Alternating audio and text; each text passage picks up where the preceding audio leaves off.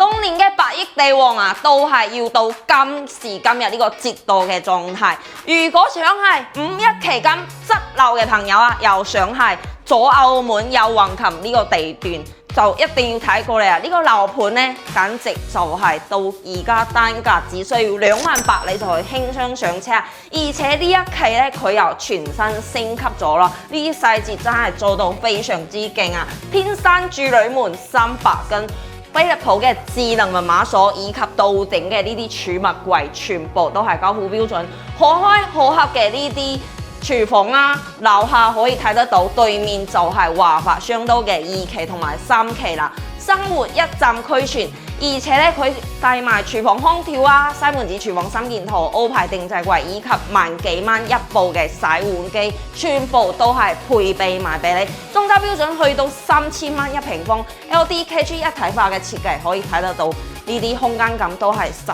足嘅。